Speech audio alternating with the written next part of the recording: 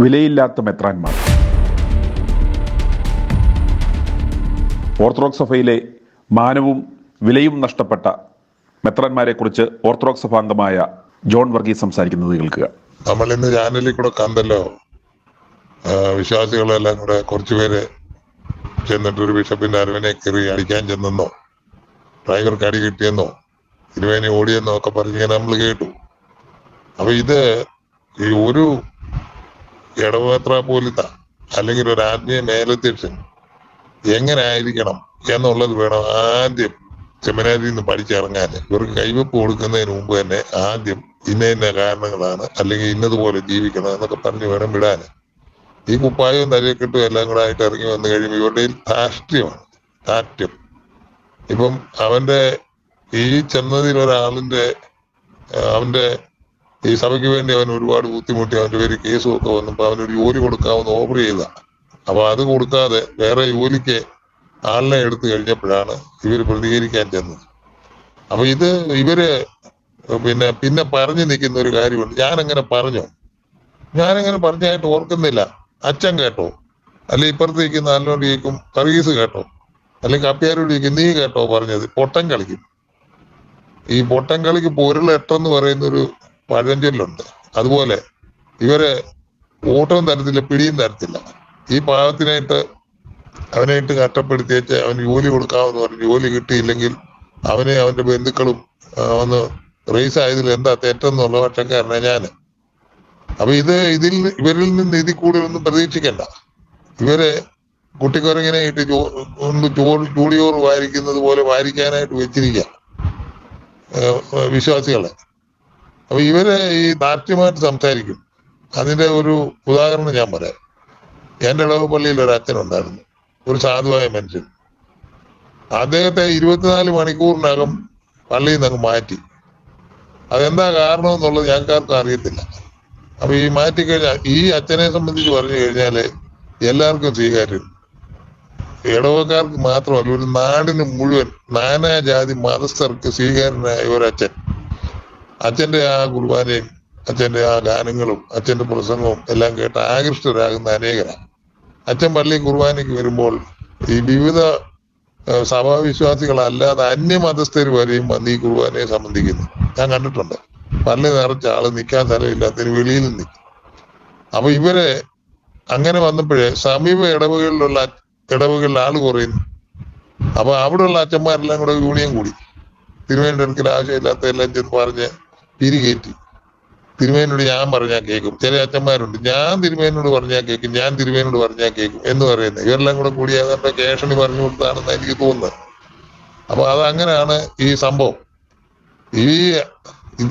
ഞാൻ ആദ്യം പറഞ്ഞ അച്ഛൻ എന്ന് പറഞ്ഞാല് ആരെങ്കിലും നിർബന്ധിച്ച് എന്തെങ്കിലും കൊടുത്താൽ വാങ്ങിക്കും എന്നുള്ളതല്ലാതെ അദ്ദേഹം അങ്ങനെ സാധുക്കളുടെ നിന്നൊന്നും പൈസ മേടിച്ച് എനിക്കറിയില്ല. എന്നാൽ ഈ രണ്ടാം പട്ടികയിൽ കിടക്കുന്ന ആൾക്കാർ അങ്ങനല്ല. നീളം കുപ്പായത്തിനകത്തോട്ട് അങ്ങ് തിരികേച്ച് കൈയിട്ട് അവിടെ വെച്ച് തന്നെ ഒരു എണ്ണലുണ്ട്. 500 നോട്ടിന്റെയും 100 നോട്ടിന്റെയും ഒക്കെ കാനം ഇവരുടെ കൈവിരലെല്ലാം അറിയാം. അപ്പൊ എന്നിട്ട് അന്നേരം തന്നെ പറയും ഇത് കുറവാണല്ലോ എന്ന് പറയും. എന്തുവാ ഏതാണ്ട് കൂതാലിപ്പണി ചെയ്യുന്നത് പോലെ. അറിയാൻ വയ്യാത്ത തുറിയാനി ഭാഷ ഇതിലെ ഒന്ന് ജോലി വിട്ടേച്ചാണ് ഈ പറയുന്നത് ഇത് കുറവാണല്ലോ എന്ന് പറയുന്നത്. ഇവരെല്ലാം കൂടി സംഘടിച്ച് അവിടെ വന്നപ്പം വലിയ മെത്രാൻ എന്ത് ചെയ്തു? ഇവര് പറഞ്ഞ നേര് മറ്റേ പാവത്തിന് നേരുകാരന്റെ പൊട്ട കടലിൽ നിന്നല്ലേ പറയുന്നത്. അങ്ങനെ ആ പാവത്തിനെ ഇവിടുന്ന് സ്ഥലം മാറ്റി. അപ്പൊ ഉടനെ ഇത് എല്ലാവർക്കും ഒരു വലിയ വിഷമം ഉണ്ടാക്കിയ കാര്യമാണ്. അപ്പൊ എന്നാൽ പിന്നെ ഇതെന്താണ് ഇതിന്റെ അകത്തെ സത്യാവസ്ഥ?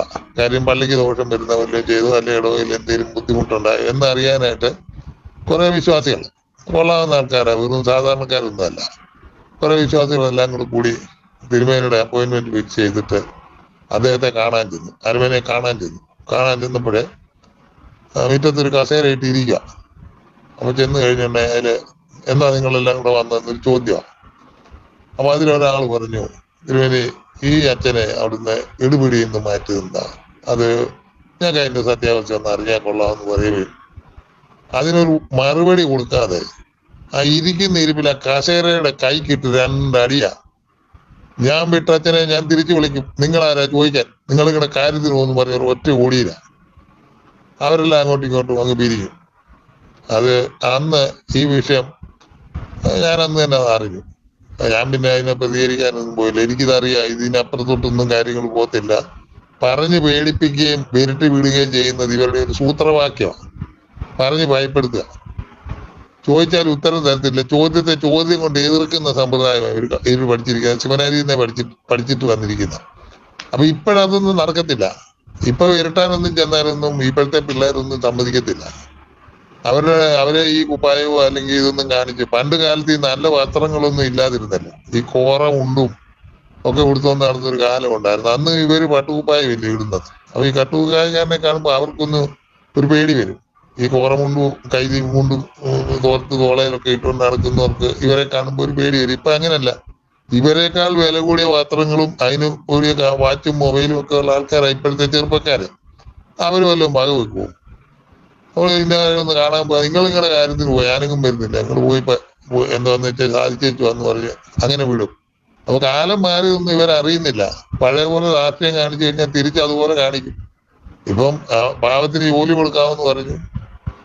ആ ജോലി കൊടുക്കാമെന്ന് പറഞ്ഞ് സമയം വന്നപ്പോ ഇവര് കാല് മാറിയപ്പോ ഇത് ചോദിക്കാൻ ചെന്ന. അപ്പൊ ഇവരെല്ലാം ഡ്രൈവർമാരെ വെക്കും. ഇപ്പൊ തന്നെ ഡ്രൈവർ കൊണ്ടും മടക്കി കുത്തി നിൽക്കുന്ന കണ്ടില്ലേ? അവനെ കണ്ടാലേ അറിയാമല്ലോ. അവൻ കേജപോക്കറി, അവൻ ഉണ്ടായ. അവൻ ആദ്യം ഇവരെ പ്രകോപിച്ച് കാണും. ഇവര് അടിക്കോ പിടിക്കോ എല്ലാം ചെയ്ത് കാണും. അതാണ് സംഗതി. ഇപ്പൊ എത്ര പറയുന്ന ചിന്താബാദ് പോലീസ് കേട്ട് രണ്ടു വശവും കേൾക്കാതെ പോലീസും കേസും മുമ്പോട്ട് കൊണ്ടുപോകാൻ കേട്ടു. അതെങ്ങനെയും ആയിപ്പോട്ടെ. ഇനി ഈ സഭ നന്നാകാനൊന്നും പോകുന്നില്ല. ഓരോ ദിവസം കഴിയും തോറും നശിച്ച് നാരായണക്കല്ലായി. ഇതങ്ങനെ എല്ലിപ്പലക വരെ എത്താറായി. സഭയെന്നും പറഞ്ഞ് ഇനി ഇരിക്കത്തേ ഉള്ളൂ. സഭയ്ക്കകത്തൊന്നും വലുതായിട്ടൊന്നും ആരും കാണത്തില്ല. i2i News, an eye for truth. i2i News subscribe ചെയ്തിട്ടില്ലാത്തവർ ഇപ്പോൾ തന്നെ സബ്സ്ക്രൈബ് ചെയ്യുക. നോട്ടിഫിക്കേഷൻ ലഭിക്കുവാൻ ബെൽ ബട്ടണും അമർത്തുക.